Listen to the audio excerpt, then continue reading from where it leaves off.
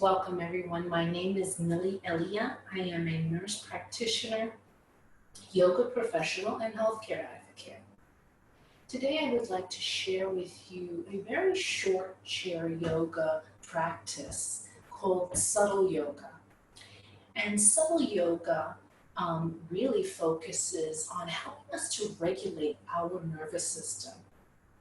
So the focus of subtle yoga may be a little bit different than what you're used to seeing in your local yoga studio, where the focus can sometimes be on a more fitness type of yoga, more of an exercise type of yoga, which is absolutely essential to our health as well in terms of building strength and flexibility and stamina.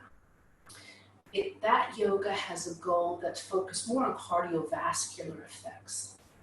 Today's practice is less of an exercise and more of an exercise.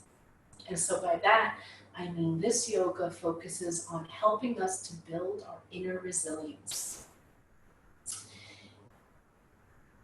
In the practice, you may notice that you begin to feel more balanced physiologically. The focus of this yoga, the purpose, is really to help support us in our mental and emotional health and well-being, particularly useful during times like these that we've been experiencing unprecedented amounts of stress and low valleys and high emotions. And so this yoga is really meant to help us balance and regulate our nervous system. Now, the idea of regulating our nervous system is not new. Back in 1999, a psychiatrist by the name of Dr. Dan Siegel coined a phrase, window of tolerance. And so this is just a model, an example of some of his work.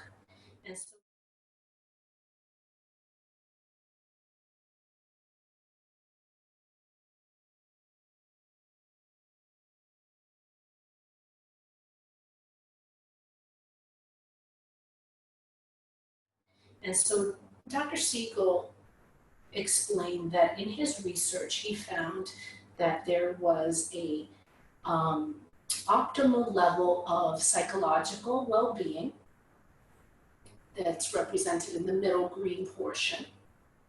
And during times of extreme stress or trauma, life events, upheavals, we can find ourselves going up into the hyper-aroused state. And this is a state of fight or flight. This is a state of anxiety, feeling overactive, unclear thinking, and emotional distress. He also found that over time, these same stressors can cause us to dip down into a hypo-aroused state. And this is characterized by feelings of possibly being depressed or lethargic, a feeling of numbness or unmotivated. And that can be represented by the freeze state. So we have fight and flight or freeze, not moving, not doing anything. What Dr. Siegel noted was that to bring us from the hyper-aroused state or from the hypo-aroused state, things like mindfulness, grounding, breath work, and physical activity were excellent tools to help us come back into that optimal window of tolerance. The idea of yoga fits perfectly with those characteristics, within those characteristics, and even helps us to widen that window over time and with regular practice, so that our ability to tolerate these highs and lows and stressful events begins to widen. And so today's practice will really concentrate on those elements that Dr. Siegel spoke about in terms of helping us to ground ourselves. We're going to be watching our breath. We're going to be making physical activities through these very slow movements that you may recognize some elements or have a sense of Tai Chi-esque in the movements, because they are very slow and mindful and very much paired with, as I say, the breath and with our intention. So we'll get started, and I'll ask you to come and sit as I am at the very edge of your seat, finding that edge where you still feel balanced, but you are able to sit up straight, lengthening your spine as much as you're comfortable, and rolling back your shoulders, really opening up your chest, giving your lungs the maximum amount of space to inhale. I'll ask you if you're comfortable to bring your hands to your lap, maybe walk your knees apart, hip width apart. You can start by curling up your toes, and as you bring them down, really noticing the four corners of your feet, from heels to toes, resting on the ground beneath. Taking a moment, begin to notice the seat beneath you, and really feeling how it's supporting you, the weight of your body. Begin to watch your breath, noticing as you inhale, how your belly begins to rise like a small balloon, as if there's a gentle wave rolling up from your belly, filling your chest, and finally finding its way all the way to the tips of your lungs near your collarbones, allowing for that one full breath. And as you exhale, imagine that same wave of air gently rolling down from your chest, down, and settling once more into the softness of your belly. We'll start by bringing our arms to our side, down to our side, maybe palms out into mountain pose. Taking a moment to inhale as we bring our arms up over our head. Just go as far as you can. There should be no pain. I like to join my hands together, inhaling as I stretch and lengthen my spine. And as I exhale, I'm going to choose to lean towards the left. My left may look like your right. And I'm only leaning the top half of my body, so I'm really feeling that stress, that intercostal spaces in my ribs. I'm really feeling that stretch in my side. And notice I take a pause, and as I inhale, I begin to come back to center. So my movements are very purposeful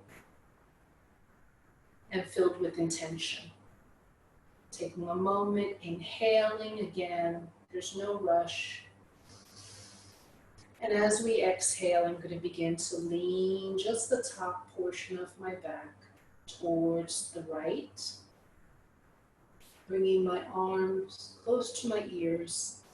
Again, feeling that stretch in my side before taking a moment and inhaling, coming back to center. I'm going to float my arms down.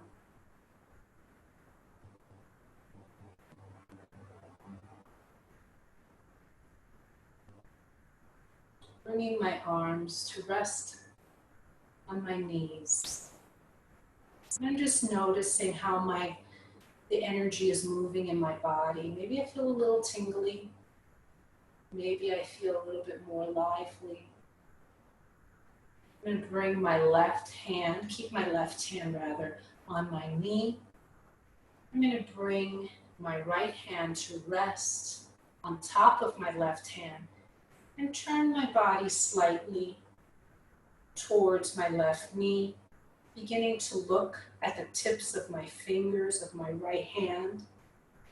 And as I inhale, I'm going to slowly float my hand, my right arm up, and begin to just watch it, keeping my focus on my hand as I begin to turn my body, my neck and my upper body towards my hand. Pausing for a moment. The pause is as important as the pose. Before inhaling and exhaling, floating my arm back down to rest once more on my hand, on my left hand. I'll bring my right hand to rest back on my knee. Bring my left hand now to rest on my right hand and turn my body slightly towards my right knee. Focus my gaze on the tips of my fingers of my left hand. Inhale, and as I inhale, begin to float now my left arm, feeling all of the muscles moving, the joints expanding, keeping my focus on my hand. And I don't need to go further back. I'm not going to wrench my shoulders. Take a moment, inhale, and as I exhale, allow my arm to float back, moving very slowly, as slow as I'm comfortable. For you, it may be a little bit faster, it may be a little bit slower, but it's always done with intention. I'll bring my left hand now to rest against my knee. And we'll do one knee hug exercise, bringing my hands together, interlacing them. I'll start with my right knee, inhaling, exhaling as I bring the knee up to my chest as far as I'm comfortable, keeping my shoulders down, maybe my elbows out, and make a slow circle. Inhaling as my knee rotates out,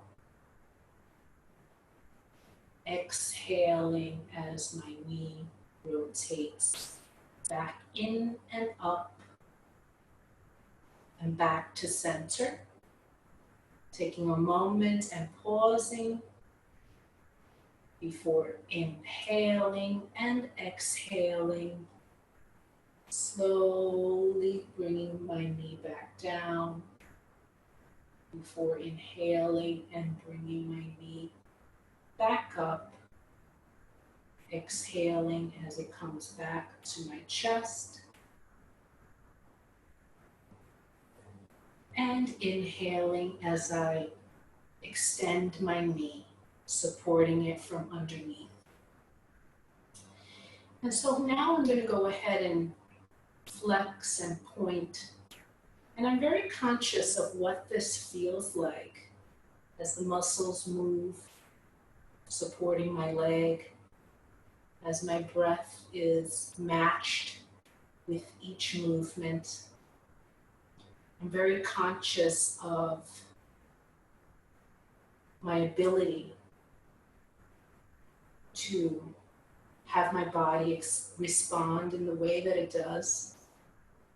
And it may be that simply watching my breath is enough for today, and that's fine. I'll pause, And bring my knee back up to my chest for one last hug. One last circle, exhaling and inhaling. Exhaling and bringing my leg down to the ground. Now, I'd ask in real time if you could do on the opposite side everything that you do on one side, you want to do on the opposite side. But for today's practice, I'll just do one more movement, one more pose, and you'll be able to counter that on the opposite side on your own. So for the sake of visibility, I'm just going to come to the sideway position on my chair, coming to the edge. You can certainly stay forward facing. I just want you to be able to see me a little better. And from here, I have enough space in the back of my chair where I'm going to go ahead and hold on to the back of my chair as I lean forward, scooping my chest and chin up, bringing my shoulder blades towards each other, inhaling. And as I exhale, now bringing my chin down and my spine to center. I'll do that once more.